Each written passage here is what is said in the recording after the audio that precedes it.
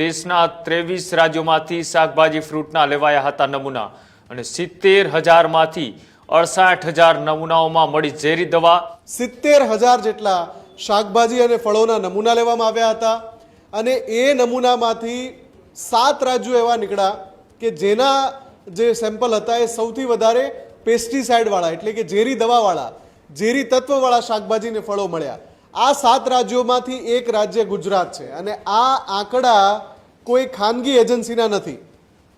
ખુદ કેન્દ્રીય કૃષિ મંત્રાલયે સંસદમાં આંકડા આપ્યા છે કે ઝેરી તત્વો ધરાવતા શાકભાજી કે ફળો ખાવાથી કેવી કેવી બીમારી થાય છે, ઓર્ગન ફેલ્યોર સુધીના કિસ્સા પણ નોંધાયેલા છે। શાકભાજી એ તમામ લોકોએ મંડીઓમાંથી ખરીદી રહ્યા છે તેની માટે ચેતવણી રૂપ કિસ્સો કે જેમાં ગુજરાતમાં શાકભાજી ખાતા પહેલા જાણી લેજો। ગુજરાતમાં શાકભાજીમાં મોટી માત્રામાં મળ્યા પેસ્ટિસાઇડ। ખુદ કેન્દ્રીય મંત્રીએ સંસદમાં આંકડાઓ સાથે જણાવ્યું દેશના 23 રાજ્યોમાંથી શાકભાજી ફ્રૂટના લેવાયા હતા નમૂના અને 70,000 માંથી 68,000 નમૂનાઓમાં મળી ઝેરી દવા। ગુજરાતમાંથી શાકભાજીના 170 નમૂનામાંથી મળ્યું ઝેર। વધારે ઝેરી તત્વો મળ્યા તે રાજ્યમાં ગુજરાતનો પણ સમાવેશ છે। સૌથી વધુ ઝેરી તત્વો ધરાવતા 7 રાજ્યોમાં ગુજરાતે પણ નામ છે તેનું દાખલ કર્યું છે। શાકભાજી ફળ ધાન્યના કડક નિયમો છતાં નથી તેમનું પાલન થઈ રહ્યું તેવી સ્પષ્ટ વાત સામે આવી રહી છે કે એક નહીં અસંખ્ય રોગ નોતરી લાવે છે ઝેરી તત્વોના શાકભાજી।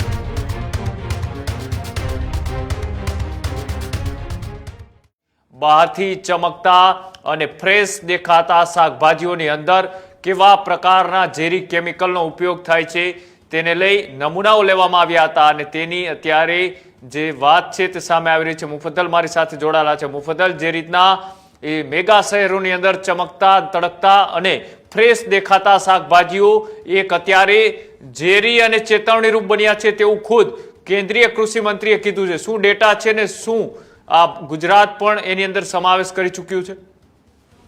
બિલકુલ, સૌથી મોટી ચિંતાની વાત એ છે કે પેસ્ટિસાઇડ સાથેના શાકભાજી કે ફળ ખાવાથી માણસના જે શરીર પર છે એટલી ગંભીર અસર પડે છે કે ગંભીર બીમારીઓનો ભોગ બનવું પડે છે। તેમ છતાં આપણે ત્યાં વારંવાર આ રીતે ઝેરી તત્વો ધરાવતા શાકભાજીને નષ્ટ કરવા માટેની કામગીરી કરવામાં આવી છે, છતાં પણ આજે પણ સરેઆમ આ જે ઝેરી તત્વોવાળા શાકભાજી છે તે આપણે ત્યાં વેચાય છે, ગુજરાતમાં વેચાય છે।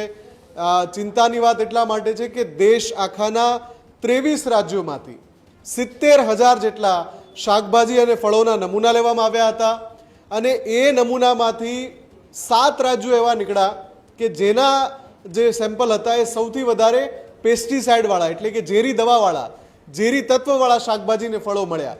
આ 7 રાજ્યોમાંથી એક રાજ્ય ગુજરાત છે। તમે વિચારો કે 23 રાજ્યોમાંથી સેમ્પલ લીધા હોય અને એમાંથી સૌથી વધારે કયા રાજ્યોમાંથી ઝેરી તત્વો મળ્યા?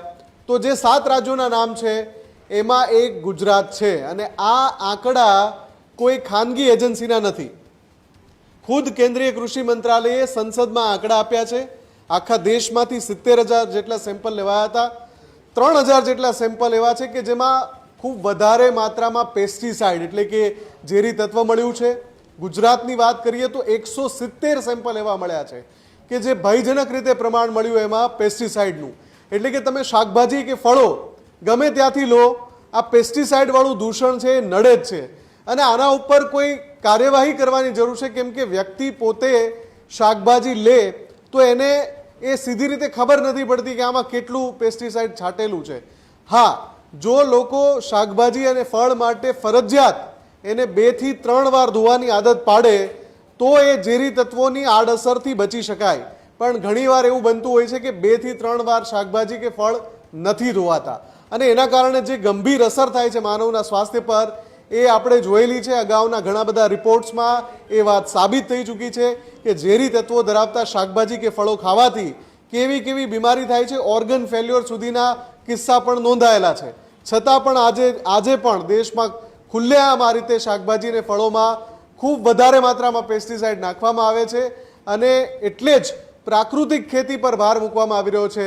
કમનસીબે જે ગુજરાતમાં પ્રાકૃતિક ખેતી પર ભાર મૂકવામાં આવી રહ્યો છે એ જ ગુજરાતમાં અત્યારે સૌથી વધારે આ પ્રકારે ઝેરી તત્વો ધરાવતા શાકભાજી અને ફળો વેચાય છે. ખેડૂત ભાઈઓ છે ખેતરમાં ડ્રોન ઉડાવતા હોય છે ત્યારે આપણે એક પ્રશ્ન સતાવતો હોય છે કે જે આપણે અત્યાર સુધી જીપીએસ ટેકનોલોજી વાળા ડ્રોન વાપર્યા છે, જેથી કરીને મોબાઈલ ટાવર છે અથવા તો હાઈ ટેન્શન લાઈન પસાર થતી હોય, કોઈ વૃક્ષો હોય, ત્યારે જે જીપીએસ ટેકનોલોજી વાળા ડ્રોન છે એમાં ટકરાય અને ટ્રેસ થાય છે. પણ એગ્રીવન લાવ્યું છે GNSS ટેકનોલોજી ડ્રોન, જેથી કરીને એ ડ્રોન છે એ કોઈ જગ્યાએ ટકરાય નહીં, પોતાની રીતે જ ડિસિઝન લે છે અને મૂવ થઈ જાય છે. જેથી કરીને GNSS ટેકનોલોજી ડ્રોન છે એ વાપરવાનો આગ્રહ રાખો.